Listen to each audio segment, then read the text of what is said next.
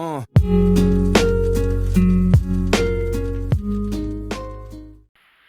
guys, and welcome to another SSI True Crime YouTube video. Today we are going to be talking about a case from Surrey. More specifically, Cobham in Surrey. And it is a case known as the body in the bin. This case happened around about 2006, but you'll understand later on in the video where there's a bit of confusion with the dates. So Melanie Wallner, I'm sorry if any of the names or places are pronounced incorrectly, I am not good with pronunciation. So Melanie was born in South Africa in 1976. She had a number of different jobs while she was in South Africa. This included waitressing and like general office work like filing and answering telephones, that kind of stuff. In 1996 she actually came to the UK. She got on with everyone. She was described as bubbly, loud, and really well organised, but obviously the office work could probably help with her being organised.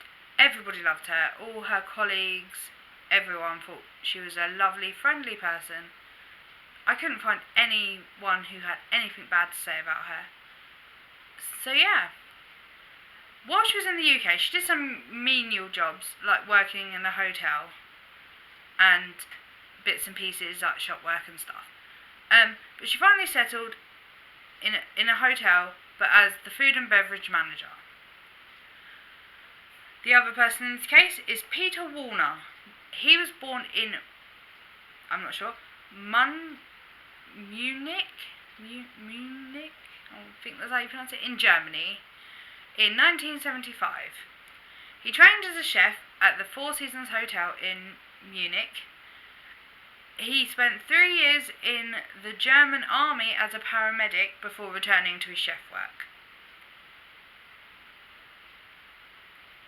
He worked at a high-end restaurant for 2 years as a chef before he came to the UK in 2000. He was described as an amazing chef. Apparently his skills were great, like nobody could fault him as a chef.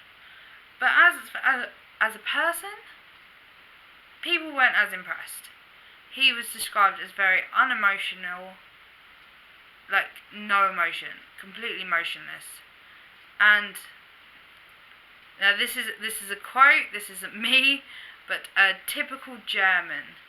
It's a very blank, just no emotion. He didn't like to show his emotions.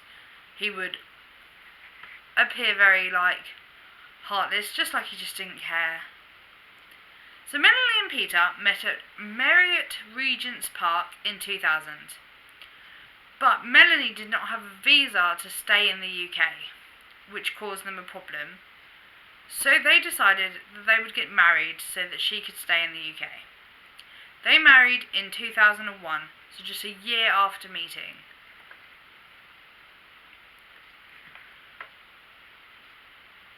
Their relationship didn't go particularly how they planned. Obviously they married just so she could stay in the UK, so it wasn't a marriage because they were totally in love. But Melanie did care very strongly for Peter.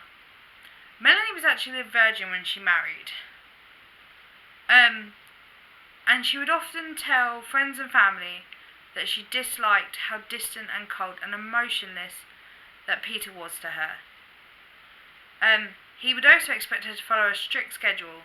He wanted things done at a certain time, certain day, and she had to do it on that day, at that time. Like, there was no discussing it, that was what was happening. And she didn't really like this. She was a bit of a free spirit, like, just roll with it.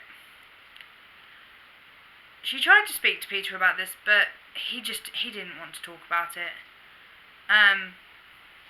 That was it. He was just like, nope, don't want a conversation, this is how it is, get over it. So Melanie wrote in her journal that she loved Peter that it was a very loving marriage, on her side at least, and that she would do absolutely anything to make Peter happy in the marriage. That's what she wanted. She wanted to make Peter happy. So she started reading sex manuals, because she believed that if she got better at sex, because obviously she was a virgin, very inexperienced, she thought that that would make him happy, that then maybe he would love her back as much as she loved him. The couple lived in Kensal Rise and Hammersmith. Their careers were going great. Melanie was moving further and further up the hotel manager's thing. She was doing brilliant. Peter had started writing down specialist recipes that he was hoping to be put into a book with other, like, more professional celebrity chefs. But then they decided that they didn't want to live in London anymore. They wanted a bit more of a relaxed life and to move out of London. So they decided to move to Cobham in Surrey. They both started working at Woodland Park Hotel in Cobham. Sorry. Peter started a romantic relationship with a Maltese exchange student, Lilia Fenich. But then Melanie joined him as food and beverage manager, which made his new love affair very complicated, because Melanie was always around. She was watching him. She could see what he was doing. So working together wasn't going very well. And then one day, Melanie called Peter. Now, I'm not sure that I've read like 2 different versions of this. It was either they were actually having a conversation, or that he was on the phone with Lilia, like whispering, and Melanie overheard. So she found out about the affair, but Melanie was very much in love with Peter still. She didn't want to walk away from this marriage. She wanted to make it work. So she agreed to give him a second chance, but on the conditions that the affair ended and that he would attend counselling. So, as far as that's where the affair ended, I think he attended counselling. I'm not 100% sure. And Melanie decided to actually leave Woodland Park Hotel and start working in Thistle Hotel in Kensington Park. They decided that this was the best bet. Give each other some space and try and heal their relationship without the constantly being together, because that seemed to be causing a lot of friction. Melanie believed that they had turned a corner, that their relationship was better. Lilia had gone back to Malta, where she was originally from, and things seemed good again. A quote from Melanie's diary reads, "Ultimately, I love this man. I'm so happy to do so much work to make this marriage work." So she really believed they were getting better, they were happy. Although it is stated that they would often sleep in separate beds, so I don't think it was 100% as happy as Melanie thought it was.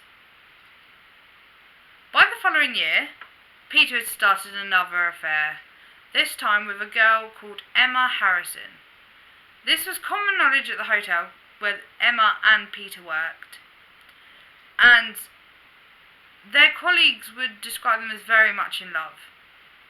You know, they thought Emma and Peter were meant to be together.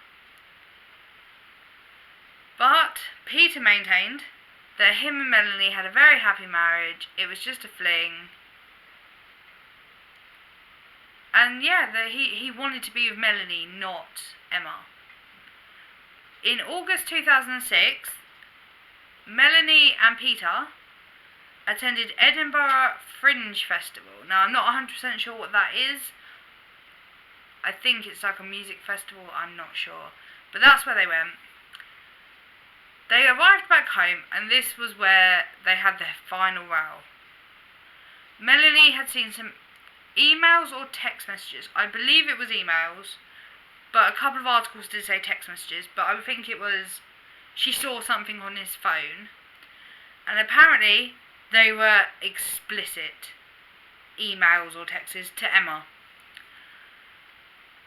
Peter describes it as Melanie went mad. She grabbed a griddle pan and tried to hit him with it during this argument. But he managed to grab it and he hit her in the face, sadly killing her. Now, this is where details are a bit sketchy as to what happened, but it is believed he put a carry bag over her head to stop all the blood from dripping all over the floor, to make the clean-up effort easier. And he put her in a spare bedroom, although I also read it was a shed, so I'm not sure if it was an actual room or if it was just like a shed off of the house. I'm not sure. While his wife lay dead in his house, Peter didn't seem to care. He went out with Emma the next day to celebrate his 31st birthday, even toasting the occasion with champagne. He then took Emma back to his house. Now, he told Emma that him and Melanie had split up, that they were done, and he wanted to be with her. 3 days later, Peter purchased a freezer from Argos, and he set it to the quick freeze setting. I don't know if you know a lot about freezers, but there's different settings. So there's like a normal one where it will just, like stuff that's already frozen, it will keep it frozen. Quick freeze is when like you've got something that's not frozen and you want it to freeze very quickly to obviously preserve it. And he put Melanie's body in this freezer in the spare bedroom or the spare room. He would then contact her family and friends and tell them that she had died. But he wasn't telling the truth. Yes, Melanie was dead. But he told them that, in fact, she had had an aneurysm. That he was upstairs, he heard a loud bang, come running downstairs to find her on the floor, collapsed.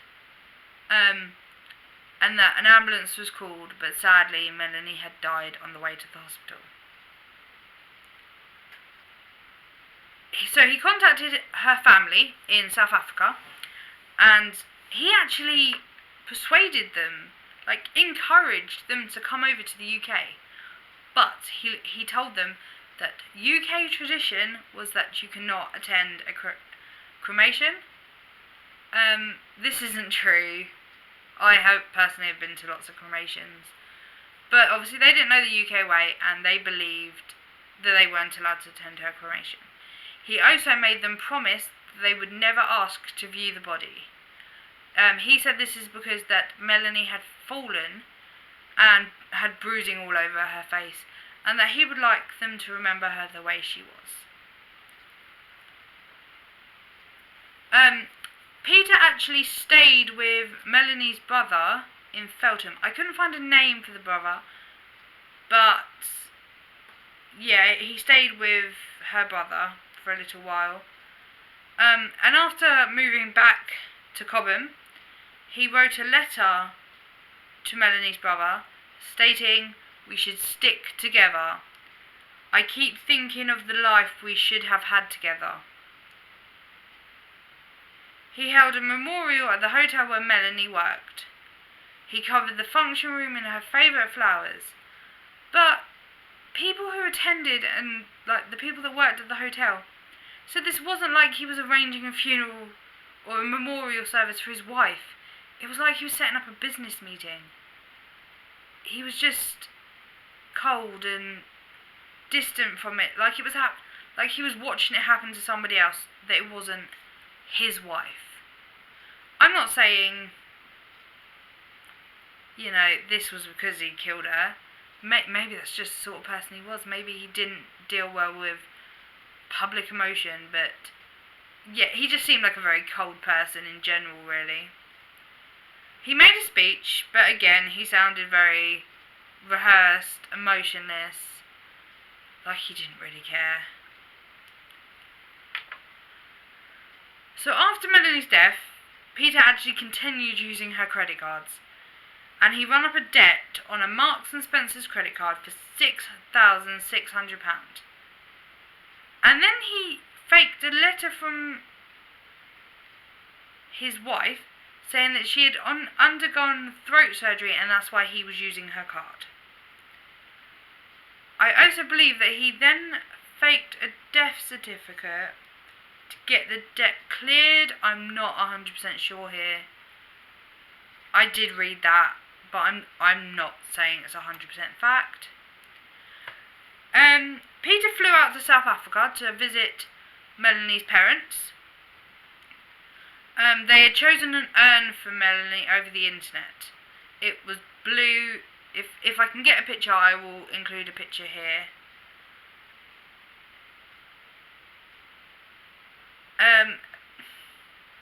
Obviously there was no actual remains for him to put into this urn, so he burnt wood in a barbecue, collected up the ashes and put them in the urn, and told Melanie's parents that this was her remains. But obviously we know that isn't where she was. He also took off his wedding ring, and inside the wedding ring, Melanie's name was engraved into it. He also put this into the urn. I believe the urn was then buried in the parents' farm, property, but I'm not sure. They might have just had it at the house. I'm not sure what particularly was done with this urn. But Melanie's mum had got things to deal with. She needed to let people know that Melanie had died. So she needed a copy of Melanie's death certificate. But Peter kept just stalling, refusing to give it over. He would make excuses after excuses. And he would do this by claiming that his own parents were seriously ill.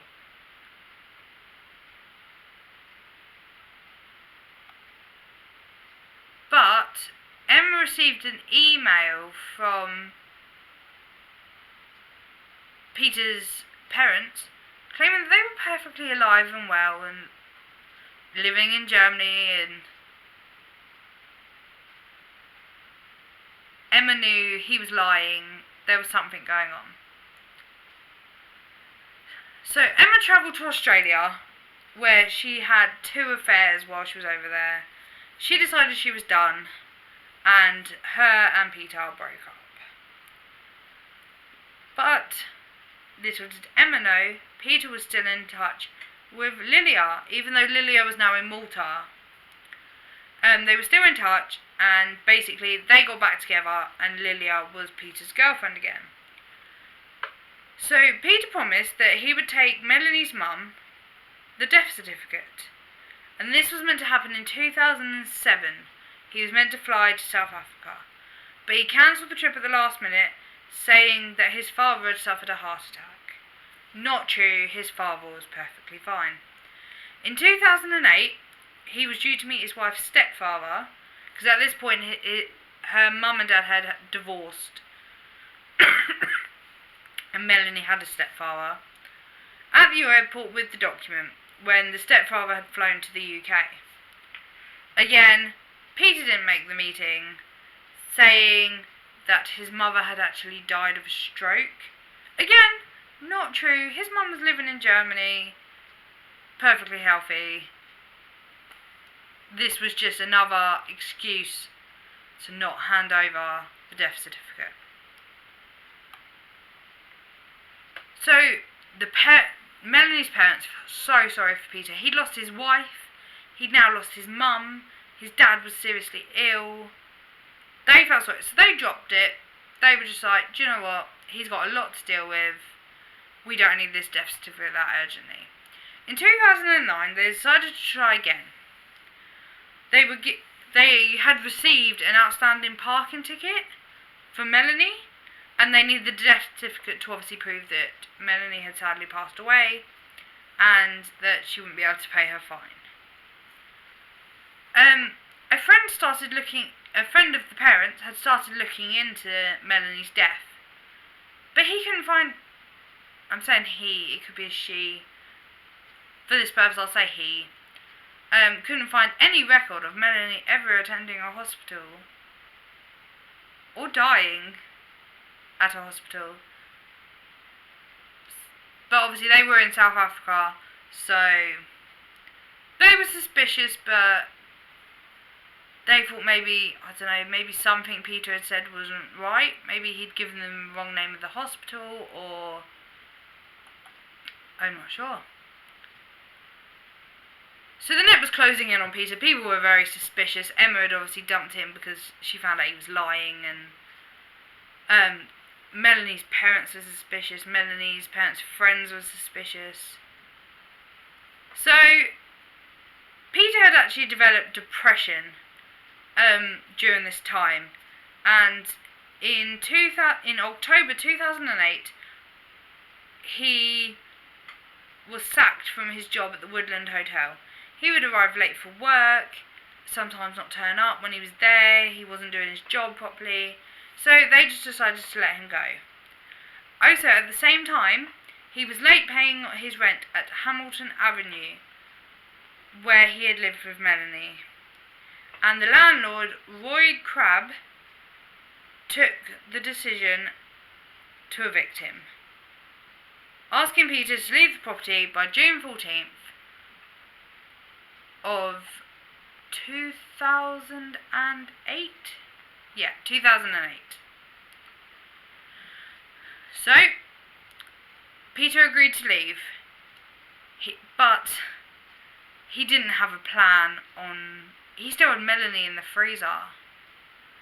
So he put Melanie's body in the wheelie bin, which is just so disrespectful to her. Just throwing her away like rubbish. But his plan was she would put it in the wheelie bin, dustman would come, put her into the cart, which would obviously mix her up with the other rubbish, take her to a landfill, she'd be buried, nobody would get any the wiser. He wasn't very bright. This clearly wasn't going to work. But he then loaded all his possessions into a van. I believe it was a Volkswagen, not that it really matters, but he loaded it into a van. And he was actually with Lilia at the time, and they drove to Malta. They were doing like a trip around like Europe and stuff, and they were heading to Malta because that's where her parents lived. Mr. Crabbe went into the house to obviously tidy up, get ready for the next residents, and the dustman knocked on the door and said to him, "We're not emptying your bin. It wasn't put on the curb properly, and also it is incredibly heavy." They were struggling to move this bin. So Mr. Crabbe opened the bin and spotted an ankle sticking out. He called the police, and they pulled out Melanie's body from the bin. She had a sleeping mask on. Now, if you don't know what a sleeping mask on, it's like a blindfold that just goes over your eyes. For just when you're in bed, block out any light, help you sleep. She had that on with a carrier bag still over her head. This made the police actually believe that Melanie had been killed while she was asleep. Peter was, at this point, at Lilia's parents' house in Malta, and he was watching the news and found out that they'd found Melanie's body, and obviously they were looking for him. There was no doubt in anyone's mind he was the one that had done this. So he actually decided there was no point in running. He would fly back to the UK and hand himself in, which he did. So obviously he went to court.